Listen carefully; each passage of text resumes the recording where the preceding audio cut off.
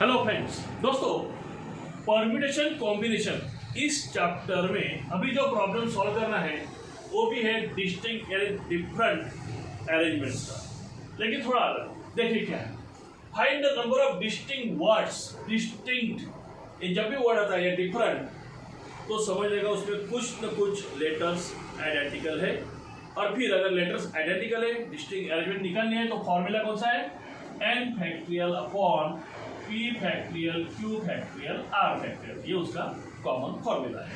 अभी देखिए तो क्या दिया है, find the number of distinct words from the letters in the word Indian. देखिए क्या है, इंडियन ये वर्ड है, उसके लेटर्स को भी यूज करना है और नंबर ऑफ डिस्टिंक्ट वर्ड्स बनाने हैं। हाउ मेनी ऑफ देम, ये सेकंड पार्ट है क्वेश्चन का, ये फर्स्ट क्वेश्चन है, second question, how many of them have the two ends together. ठीक है, इसका मतलब उसमें 2n है।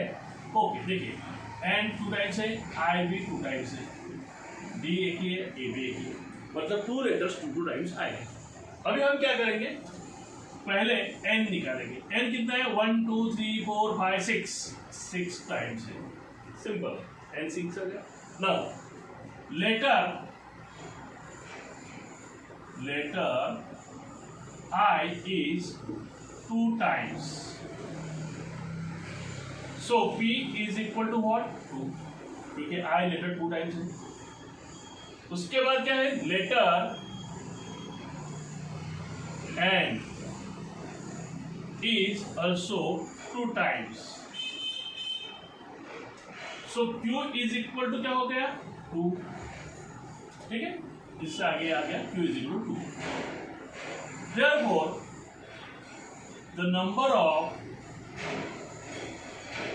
distinct words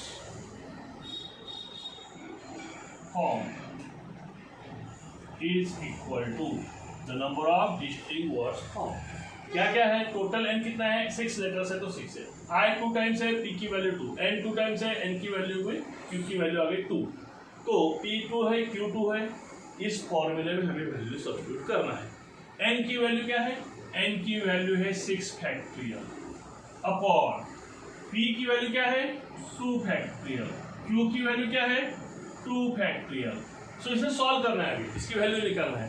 6 factorial let me 6 into 5 into 4 into 3 into 2 factorial upon ये 2 फैक्टोरियल, 2 1 जा 2 और ये 2 factorial as it is to cancel this one, 2 cancel, 2 2 जा 4, सो इज इक्वल टू क्या आएगा, 3 2 जा 6 6 5 जा 30, 30 इंटू 6, 30 इंटू 6 180, 6 3 जा 18, 180।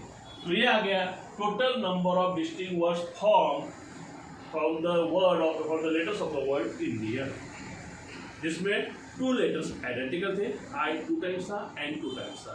तो ये बात हो गई क्लियर। अभी उसमें क्या है, how many of them have 2 ends together. If 2 ends together, ठीक है, सो जो 2 ends है उसको साथ में लेना है, तो उनका एक ग्रुप हो गया, तो इस ग्रुप को हम करेंगे एक object. So consider 2 ends as one object and remaining अभी देखिए कितने थे, 6 थे, 6 में से एक नहीं, 2 ends, 2 लेटर्स कम हो गए तो बचे कितने, 4, and remaining 4 letters as 4 objects, that is total 5 objects are there। कितने ऑब्जेक्ट्स है, 5 ऑब्जेक्ट्स। क्यों, 2 ends का हमने कंसिडर किया एक ऑब्जेक्ट, उस ग्रुप को साथ में रखना है, 2 ends टुगेदर चाहिए, 2 ends टुगेदर, तो वो जो 2 ends का ग्रुप है वो टुगेदर, उस ग्रुप को एक ऑब्जेक्ट ले लिया, फिर रिमेनिंग 4 लेटर्स जो है उसे हमने 4 ऑब्जेक्ट्स ले लिए, तो ये एक ऑब्जेक्ट वो 4 ऑब्जेक्ट, कितना हो गए, 5 ऑब्जेक्ट्स आर देयर।